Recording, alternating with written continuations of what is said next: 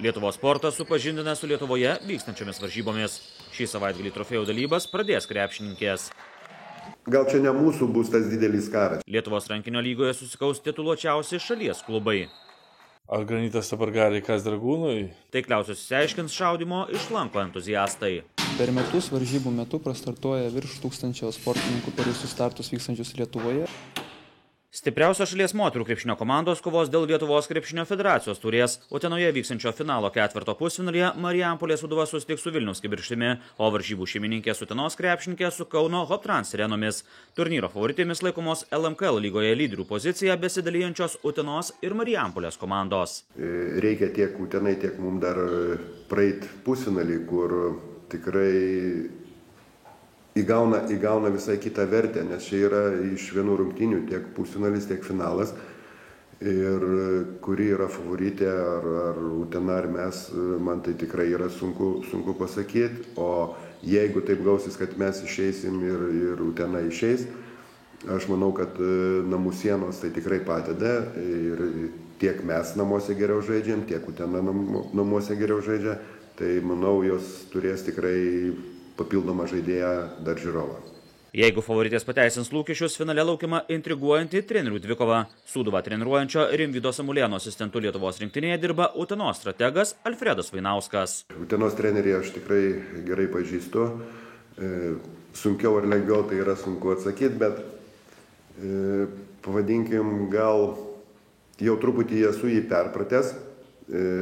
Tiek mes ir daug kartų žaidžiam čempionatai Lietuvos. Tai vienas yra iš jo būdų tokių, vadinkim, labai kaitaliot derinius prieš kiekvienas varžybas.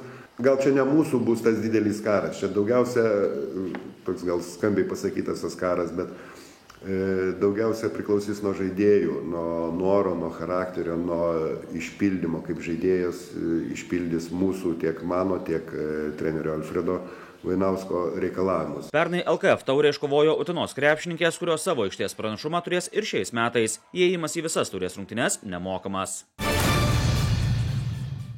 Intensyvus savaitgalis laukia LKL komandų. 3 rungtynės vyks šeštadienį. Sekmadienį vienas iš lygos favoritų Vilniaus Lietuvos Rytas viešės Šiauliuose. Čempionai Kauno Žalgirio krepšininkai pirmadienį priims Panevėžio Lietkabelį. 22 pergalės ir 2 pralaimėjimus turintys žalgiriečiai Lietuvos Rytą lenkia 3 pergalėmis. Labai atkakli kova vyksta dėl 3 vietos. Neptūnas, Vytautas ir Juventusas turi po 12 pergalių.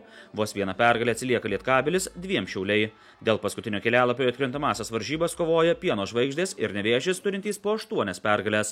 Paskutinėje vietoje su 5 pergalėmis įsitaisė Dzūkijos krepšininkai.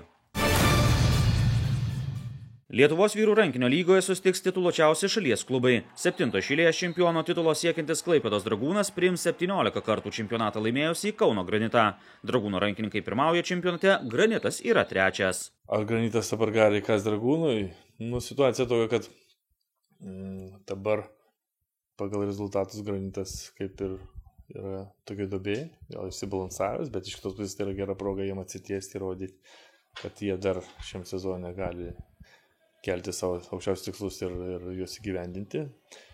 O Dragūnas irgi tokia komanda susižaidus, kuri, kad ir praranda keli žaidėjus, jų neįtakoja. Per 13 rungtynių net 12 pergalių iškovojęs Dragūnas artimiausia perskitoje Alytaus Almeidos Stronglaso komanda lenkia 1 pergalę. 2 pergalėmis nuo lyderių atsilieka Granitas ir Vilniaus klubas. Labai atkakli kova vyksta dėl 1-4 vietų. Tai yra visos komandos stengiasi pusfinaliuose turėti aikštės pranašumą. Manau, šiemet tikrai neapsieisim pusfinaliuose be 3 rungtynių. Taip, kad lemiamos rungtynės būtų žaidžiamas namuose reikia užimti 1-2 vietą. Tai šitos rungtynės tarpusavio rungtynės šitų komandų yra labai svarbios tom komandom. Praėję metai buvo nesėkmingi Lietuvos vyrų rinktiniai. Pasaulio čempionato atrankos turnyro grupėje lietuviai į priekį praleido bosnius ir slovakus ir nepateko į kitą etapą. Atjaunėjusi Lietuvos rinktiniai keliamas uždavinys po 4 metų sugrįžti į Europos rankinio elitą. Reikia gerai išnagrinėti ir pasirinkti tinkamą strategiją ateičiai. Vis dėlto mūsų tikslas yra 20 metų Europos čempionatas ir manau, kad reikia akcentuoti tai ir kviesti to žaidėjus jau ruošti tą rinktinę, kuri, manau, 2020 metais žais Europos čempionato finalinį metu. Lietuvos moterų rinktinė šiais metais pratęs kovą dėl kelialapio į Europos čempionatą. Lietuvės atrankos grupėje kovoja su viena tituluočiausių pasaulio rinktinių Norvegija, taip pat Rumunija ir Baltarusija. Šaudymo iš lanko entuziastai taikliausius išsiaiškins Vilniuje. Lankininkų sporto klubo salėje vyks Lietuvos čempionatas uždarose patalpose.